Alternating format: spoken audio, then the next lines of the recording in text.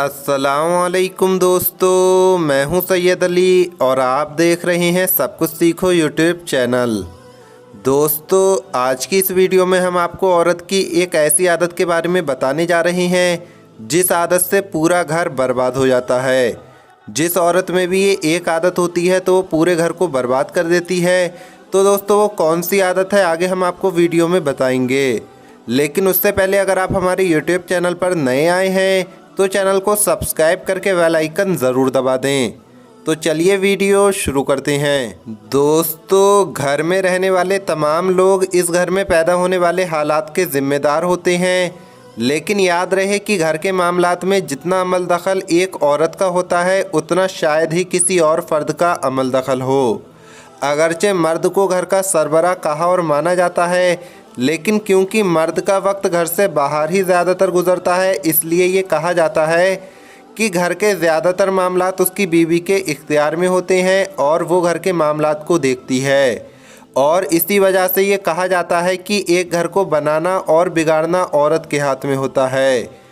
दोस्तों, इस बात में कोई शक नहीं है कि इंसान के ऊपर आने वाले हालात का ज़िम्मेदार इंसान खुद होता है। जैसा कि इस्लाम में कहा गया है कि तुम्हारे ऊपर जो परेशानियां और मुसीबत आती है ये तुम्हारे ही हाथों की कमाई हुई है। यानी इंसान जो अमाल करता है, जो काम करता है, उन्हीं अमाल की बदौलत इंसान के घर के अंदर के हालात हुआ करते हैं। और एक बात यह है कि इंसान के एहसास भी इंसान के हालात पर असर करते हैं। याद रहे कि अच्छे एहसास का असर भी अच्छा होगा, जबकि बुरे एहसास या सोच के असर बुरे होंगे। तो चलिए इसी हवाले से हम आपको हज़रत अली का एक फ़रमान बताते हैं कि हज़रत अली ने औरतों की वो कौन सी आदत के बारे में फ़रमाया है जिसके बारे में कहा जाता है कि औरत की ये आदत घर को बर्बाद कर देती है। इस बारे में हज़रत अली की ये हिकायत है कि हज़रत अली की खिदमत में एक औरत आई और दस्ते अदब को जोड़कर कहने लगी, या अली, वो कौन सी औरत है जो अपने घर को बर्बाद कर देती है और अपने घर से अल्लाह की रहमत और बरकत को ख़त्म करने वाली है।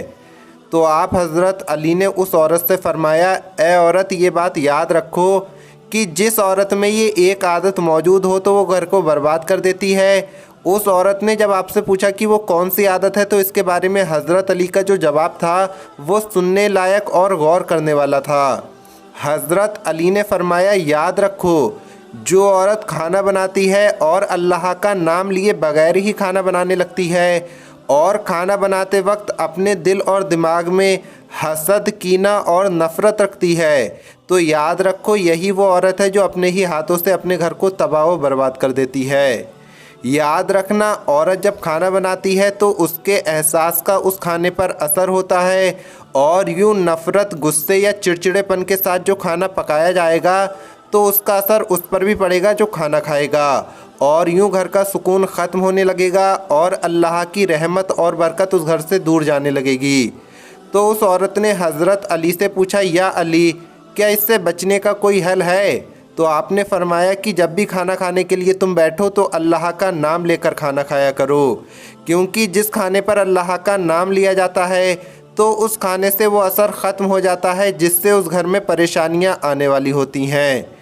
दोस्तों, आपने हज़रत अली की इस हिकायत में ये बात सुनी कि हसद, कीना और नफ़रत किस कदर बुरी चीज़ है, और याद रहे कि बुरी चीज़ के असरात ही बुरे होते हैं, जैसा कि हम पहले भी जिक्र कर चुके हैं। दूसरी जो चीज़ इस हिकायत में कही गई है वो अल्लाह के नाम की बरकत है।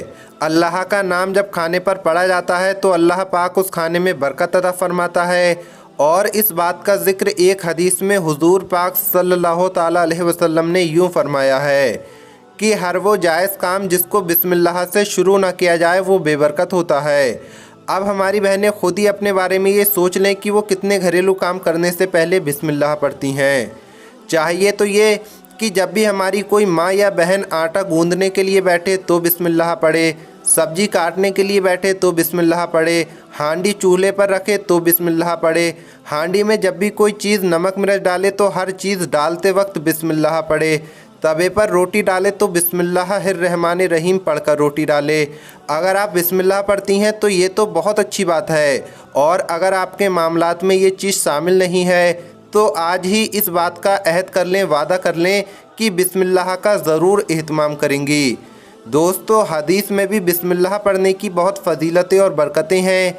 जैसा कि हज़रत अब्दुल्ला बिन मसूद कहते हैं कि अल्लाह के रसूल हज़रत मोहम्मद मुस्तफ़ा सल्लल्लाहु ताला अलैहि वसल्लम ने फरमाया कि जो शख्स बिस्मिल्लाहिर्रहमानिर्रहीम पढ़ेगा तो अल्लाह उसके हर हर्फ के बदले 4000 नेकियों का सवाब लिखेगा और 4000 ख़ताओं को माफ़ फरमाएगा और 4000 दर्जे बुलंद फरमाएगा। सुभान अल्लाह, रब्बे करीम की अता के क्या कहने।